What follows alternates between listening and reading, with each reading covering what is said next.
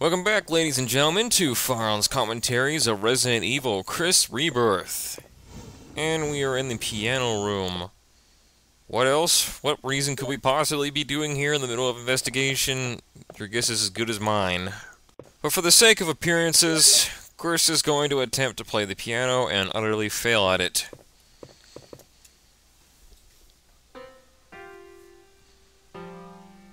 Awful. Just awful. And what is this? Ah, it's Rebecca. It's me, Chris. Are you all right?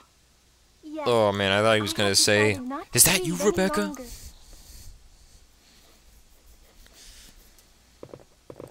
And immediately she's drawn to the piano. Ah, it's the Moonlight Sonata. Can you play? It's like they're not even bothering to cover their tracks. Seriously, in a normal investigation, would you really just play the piano while there's zombies and other monsters walking about, especially doing something that would garner attention? Because I'm pretty sure the piano is not a very quiet instrument in a big house like this.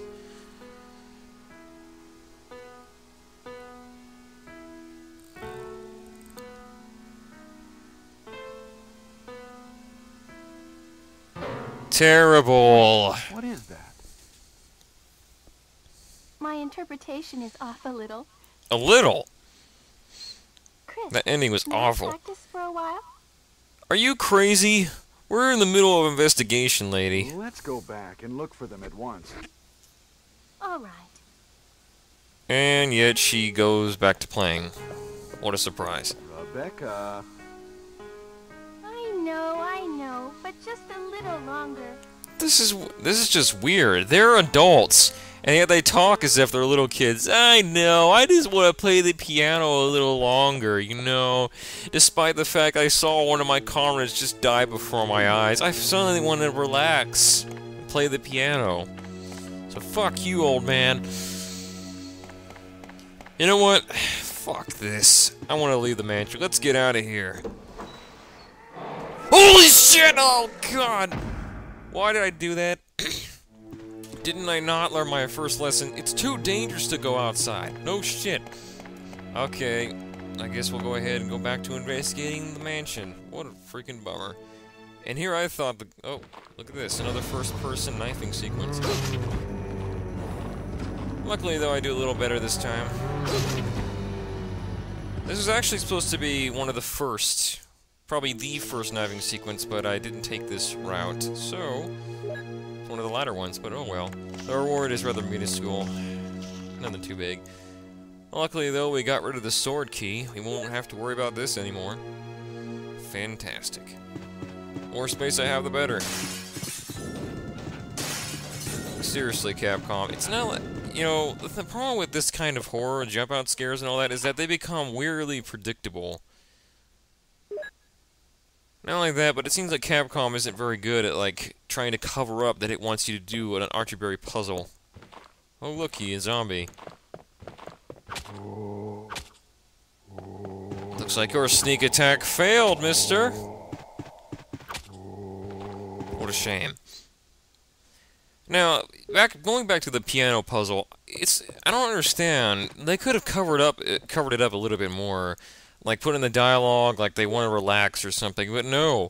They kind of push it on and on that Rebecca has to do that piano song for you. Jill, you could probably reason that she just wanted to relax, but here, Rebecca's insistent because the game requires her to be.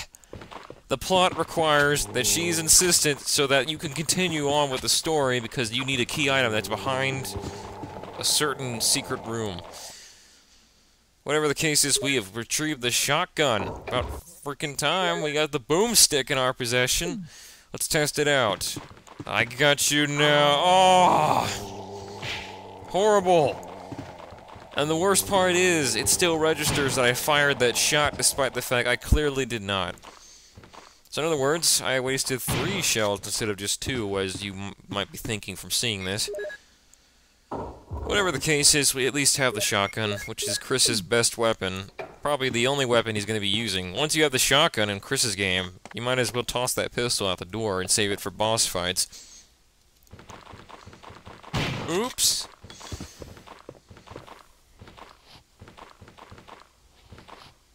Headshot. Alright, we'll save the last crest for later in the crow room. For right now, we're gonna go collect all the shotgun ammo I've been stockpiling for the last 2 episodes. Shut up quite a bit, actually. Which is kinda sad, really. That's plenty of ammo to take out practically every zombie in this entire mansion, and then some. Well, I guess it's a bit early to say we're in the clear, considering this is still the beginning part of the game, but then again, I can say that with smugness, considering the fact I know what's coming up. Now, we're gonna head back and get an herb that I skipped by earlier, because that zombie bite left a nasty scar on my chest. I don't take too kindly to someone chewing into my chest plate. There you are. Smoke that herb. That's nice. Alright.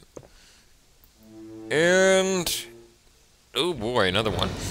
Now, I hate crows in these things because the hit detection on the crows is very sketchy at best. You can try and get a critical hit, but they always hit you regardless, which ruins the whole extra item surprise. That's why I hate crows in that knifing game. Everything else, though, is just fine, but the crows could use work. And here I pay the zombies a little visit, but I let my guard down right here, and... oh, look. Nom nom nom. Of course, he gets a little payback, and I blast his freaking face into oblivion. Of course, this is where I make a bunch of mishaps. Well, not a bunch, but... I kind of made a misstep here by going to this back room and grabbing whatever item was in the back. Which, as you probably know, for any of you who've played this game, is ink ribbons. Now, since this was played on an emulator, I don't know why I bothered, double tap, but I guess it was just reflex. Because every time I've ever played this game on the actual console, I always made sure I had at least 3 ink ribbons. But here, there's no point, because I have save states. So... I don't know why the hell I just did that. Oh well. Realizing my greatest mistake yet, I decide I need to go spend that small key on some more shotgun ammo. Goody goody. Now going on to about the topic I was going on about earlier, puzzles in Resident Evil. I'm pretty sure it's no secret to anyone who's played the Resident Evil games that puzzles in Resident Evil are really piss easy. It's either a fetching quest, which is usually just finding the single item, which is sometimes even just feet away from the thing it needs to be in, and fairly simple pattern puzzles. Silent Hill took some time into making its puzzles complex, though that was more or less to make up for the much more shoddy combat, which, compared to Resident Evil, was kind of lackluster. I wouldn't say it was terrible, it was just that it's easier to kill things in Resident Evil than it is in Silent Hill. Alright, let's check up on how Rebecca's doing. Should be done by now. Chris! Chris! What is it? You like it? I wouldn't know. I can't read into the future. Now pay attention to Chris's arm when he lifts the shotgun up. Doesn't it look like he has he's wearing a peg leg for an arm? It just looks really funny from this angle. But hey, Rebecca's gotten pretty good at this song. Reminds me of the days I played Return to Castle Wolfenstein. Oh, that was great. Indeed. Oh, fancy that. Oh, secret wall compartment. Alright, what are the chances that they could develop something like that? Somehow, it's a secret mechanism that can detect sound waves and a pressure sensor. This lock, the activation mechanism for this wall opening and closing is determined by sound and this emblem over here. Does that make any sense to you? Chris, are you alright? Oh, sure, I'm perfectly fine. And she'll stand there flabbergasted, staring at the open wall, wondering how it happened in the first place. Well, I do all the hard work. I'll shove that bad boy right in this hollow. And the clock will ring. But it's not as simple as it was in the original. Oh no. Capcom felt it was desirable to put a puzzle in there to extend the gameplay by at least a few minutes. first we're gonna pick up the blue gem, because I just fancy gems. You know what I'm saying? After destroying valuable art, we steal what secrets it has. Now the key here is really easy. The clue is it chimed 3 times, so the first thing that comes to mind is, yeah, 3 o'clock. Seriously, that was like 5 seconds. That didn't even take me any thought to really figure out, to be honest. However, remember that clue that Richard gave us? Yeah, the time he mentions to us is different between Jill's and Chris's games, but if you remember it and put it in, you get shotgun ammo that just falls from the ceiling. Like, really. They had a secret compartment placed within the ceiling that drops you shotgun ammo should the time be correct. Oh my lord. Oh well. And let's go ahead and shove that blue gem in. Oh, look at that, I wasted more shotgun ammo. I hate it when that happens, don't you?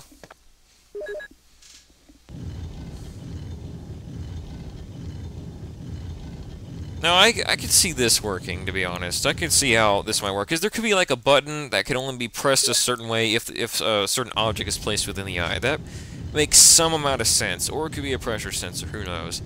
This is one of the few puzzles in the Resident Evil series that actually makes sense, where everything else is just completely batshit. But you catch the drift. Now we're gonna head off to the attic to meet with the nemesis who killed our dear Richard. I hope you guys enjoyed this episode of Firearms Commentaries of Resident Evil Chris Rebirth. I'll be seeing you soon in episode 4. So, until next time, sayonara.